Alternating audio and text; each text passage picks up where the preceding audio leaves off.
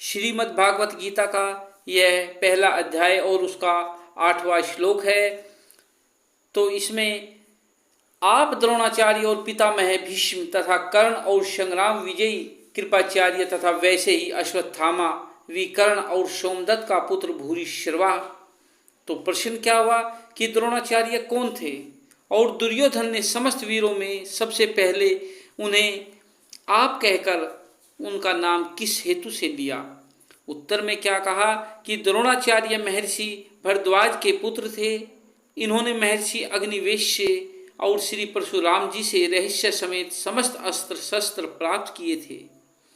ये वेद वेतांग के ज्ञाता, महान तपस्वी, धनुर्वेद तथा शस्त्रास्त्र विद्या के अत्यंत मर्मज्ञ और अनुभवी एवं युद्ध कला में नितांत निपुण और परम साहसी अतिरथि वीर थे।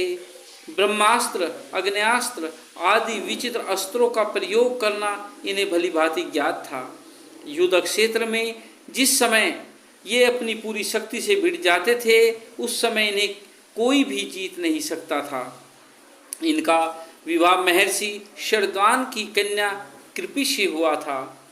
इन्हीं से अश्वत्थामा उत्पन्न हुए थे। राजा द्रुपद के ये बाल सखा थे। एक समय इन्होंने द्रुपद के पास जाकर उन्हें प्रिय मित्र कहा। तब ऐश्वर्य मद से चूर द्रुपद ने इनका अपमान करते हुए कहा, मेरे जैसे ऐश्वर्य संपन्न राजा के साथ तुम सरीखे निर्धन दरिद्र मनुष्य की मित्रता किसी तरह भी नहीं हो सकती। द्रुपद के इस तिरस्कार से इन्हें बड़ी मर्म वेदना हुई और ये हस्तिनापुर में आकर अपने साले कृपाचार्य के पास रहने लगे। वहाँ पितामह भीष्म से इनका परिचय हुआ और इन्हें कौरव पांडवों की शिक्षा के लिए नियुक्त किया गया। शिक्षा समाप्त होने पर गुरु दक्षिणा के रूप में इन्होंने राजा द्रुपद को पकड़ लाने के लिए शिष्यों से कहा। महात्मा अर्जुन ही गुरु की इस आज्ञा का पालन कर सके और द्रुपद को रण क्षेत्र में हराकर सचिव सहित पकड़ लाए। द्रोण ने द्रुपद को बिना मारे छोड़ दिया, परंतु भागीरथी से उत्तर भाग का उनका राज्य ले लिया। महाभारत युद्ध में इन्होंने 5 दिन तक सेनापति के पद पर रहकर बड़ा ही घोर युद्ध किया और अंत में अपने पुत्र अश्वत्थामा की मृत्यु का भ्रममूलक समाचार सुनकर इन्होंने शस्त्र शास्त्र का परित्याग कर दिया और समाधिस्थ होकर ये भगवान का ध्यान करने लगे। इनके प्राण त्यागने पर इनके ज्योतिर्मय स्वरूप का ऐसा तेज फैला कि सारा आकाश मंडल तेज राशि से परिपूर्ण हो गया। इसी अवस्था में धृष्टद्युम्न ने तीखी तलवार से इनका सिर काट डाला।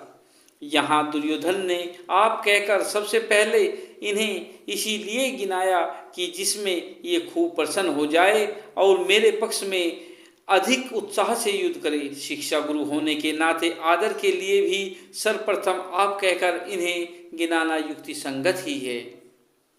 अब प्रश्न क्या किया कि भीष्म कौन थे, तो उत्तर में क्या बताया कि भीष्म राजा शांतनु के पुत्र थे। भगीरथी गंगा जी से इनका जन्म हुआ था। ये धौ नामक नव वसु के अवतार थे। इनका पहला नाम देवव्रत था।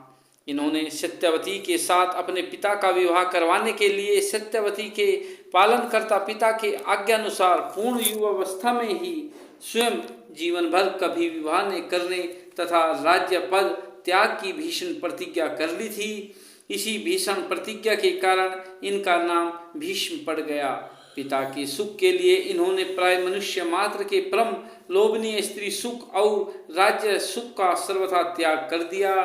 इससे परम प्रसन्न होकर इनके पिता शांतनु ने इन्हें यह वरदान दिया कि तुम्हारी इच्छा के बिना मृत्यु भी तुम्हें नहीं मार सकेगी। ये बाल ब्रह्मचारी अत्यंत तेजस्वी, शस्त्र शास्त्र दोनों के पूर्ण पारदर्शी और अनुभवी, महान ज्ञानी, महान वीर तथा दृढ़ निश्चयी महापुरुष थे। इनमें शौर्य, वीर्य, त्याग, तितिक्षा, अक्षमा, दया, शम, दम, सत्य, अहिंसा, संतोष, शांति, बल, तेज, न्याय प्रियता, नम्रता, उदारता, लोकप्रियता, स्पष्टवादिता, साहस, ब्रह्मचर्य, विरति, ज्ञान, विज्ञान, मार्थ, पीर्थ, भक्ति और गुरु सेवन आदि प्राय सभी सद्गुण पूर्ण रूप से विकसित थे। भगवान की भक्ति से इनका जीवन ओतप्रोत था। ये भगवान श्री कृष्ण के स्वरूप और तत्व को भली भांति जानने वाले और उनके एक निष्ठ, पूर्ण, श्रद्धा संपन्न और परम प्रेमी भक्त थे। महाभारत युद्ध में इनकी समानता करने वाला दूसरा कोई भी वीर नहीं था। इन्होंने पांडवों के सामने प्रतिज्ञा की थी कि मैं 5 पांडवों को तो कभी नहीं मारूंगा, परंतु प्रतिदिन 10,000 योद्धाओं को मारता रहूंगा। इन्होंने कौरव पक्ष में प्रधान सेनापति के पद पर रहकर 10 दिनों तक घोर युद्ध किया। तदंतर सरसैया पर पड़े पड़े सबको महान ज्ञान का उपदेश देकर उत्तरायण आ जाने के बाद स्वेच्छा से देह त्याग किया। प्रश्न क्या हुआ कि कर्ण कौन थे? उत्तर में क्या बताया कि कर्ण कुंती के पुत्र थे। सूर्यदेव के प्रभाव से कुंती की कुमारी अवस्था में ही इनका जन्म हो गया था। कुंती ने इन्हें पेटी में रखकर नदी में डाल दिया था, परंतु भाग्यवश इनकी मृत्यु नहीं हुई और बहते बहते वह पेटी हस्तिनापुर आ गई। अधिरथ नामक सूत इन्हें अपने घर ले गया और उसकी पत्नी राधा ने इनका पालन पोषण किया और ये उन्हीं के पुत्र माने जाने लगे। कवच और कुंडल रूपी धन के साथ ही इनका जन्म हुआ था। इससे अधिरथ ने इनका नाम वशुषुसेन रखा था।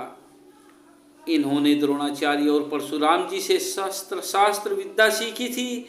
ये शास्त्र और शस्त्र दोनों